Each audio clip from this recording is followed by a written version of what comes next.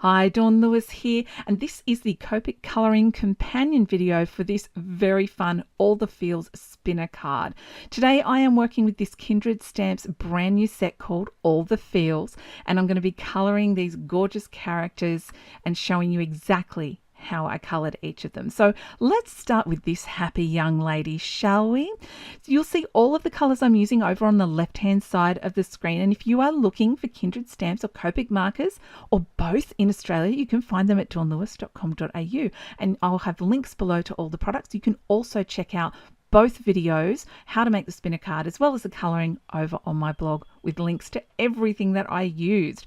Alright, so for her skin tone, I wanted to do something kind of yellowish, but I went with the regular skin tone, so I'm using E50, E51, E53 to throw the shadow in where I think it's going to go. And this has pretty much always been my go-to skin tone stamp color. So you can afford to, like, putting on that E53, that can actually be really scary. It still gets me, and I think, oh, that's so dark. But then when I come back and blend it out, oh, I really always love the way that it looks. Now I do want to put some cheeks on this girl because she should have rosy cheeks, I think. So I went with R21, and it actually blended out quite nicely with the E53 and then the E51 on top of that. Now for the inside of her mouth, I'm actually going to use a blue violet, so watch for that when I come do that. But first I had to do this blue hair. Blue hair, so cool. I had blue hair for Halloween this year. Maybe later on I'll flash a picture up of that. But her blue hair, I wanted to show shadow and highlight and strands. I really wanted to do strands, so I didn't really blend this particular hair combo. I'm using B32, B34, and for the super dark, B37. Now I love doing a no blend hair technique.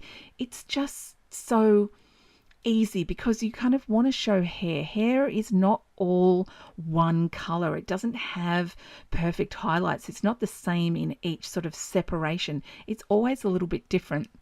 I have a portrait of my girls when they were very little up that I see very often in my house, and I love the study of color on their hair, the way that the light plays off it. And some strands in my daughter, who's blonde, some strands are really dark and some strands are really light, and it's a fun, sometimes when it comes to coloring hair, look at real photographs of real people and see how it's not all just kind of one anime block of color. Now here's that color I was talking about. It's BV29, and for her tongue I've gone back and used the R21 as well. Now this little lass has a really cute lime green dress, and it's a little tricky to do the folds on this one because she's clearly having a great time dancing around, twirling her skirt. So if you are thinking, I really want to color this, I'm not sure where it goes, just copy where I'm putting my shadow and highlight. That's one of the fun things about shadow and highlight. Yes, there are kind of rules, but it's also a stamp, and there's no shadow and highlight police who are going to come knocking on your door. And now we're going to move on to this poor girl. Oh, she doesn't look happy, does she? She kind of looks the opposite of happy. She looks a little bit down. So she's going to be colored blue, just like I was at Halloween this year. So for her blues, I'm using B0000, B000, and B00. That's a lot of zeros, but it's working really well for her skin tone here. And I've got her sort of so that the shadows aren't really touching the highlights and vice versa. It probably isn't following strict shadow rules, but again, no one cares. It's a card. I think she looks really cool. So I'm going through blending out all of those pales for her face, but don't forget her hands as well. And I'm actually going to give her the exact same color scheme and method as I did in the previous one, so I've just skipped through that because it's exactly the same. And if you want to see how it's ended up, there's going to be some pictures over on my blog, which I'll link to down below, and you can also pause the video and have a good look at how it's done. Now to just mix her up a bit, she has purple glasses, which are I think it was V09 that I used for her. Yes, it was V09. For her little pants, I've just used B34 and B37, same as for the hair. And for her jumper, and trust me, she must be screaming hot in this turtleneck jumper. I know I was in Australian Halloween. Her little jumper there is, now where did I write that down? I've used 0, N0 and B91. That's a really odd combination, but it worked. And for her shoes, I've just used B39. Now let's move on to this little girl. She looks unhappy. She looks quite grossed out by something or other. She is displeased. Now, I admit, for her skin, I started with G00 and it was a mistake. She really needed more of a lime, and when I coloured over it, it didn't exactly do what I wanted it to do. If I was to colour her again, I wouldn't do the G00.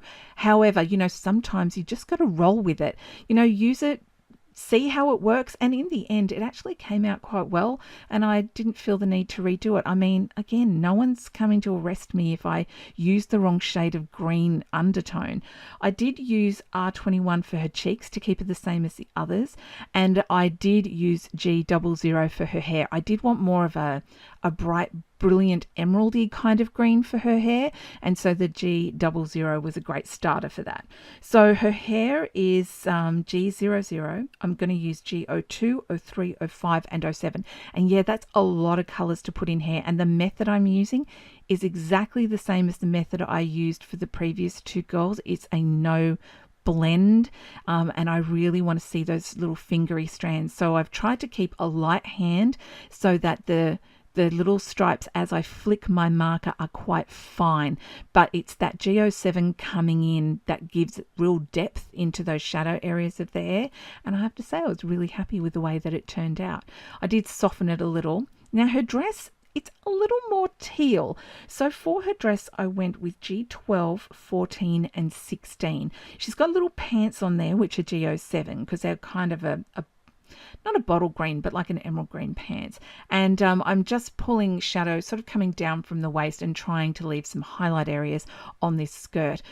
She really does not look happy, does she? So I'm going to give her a little pink. So she's got a pink scarf and pink shoes. Now at first I went with RV02, 04 and 06, but it was fluorescent and I really wanted more of a magenta. So I switched up to RV17.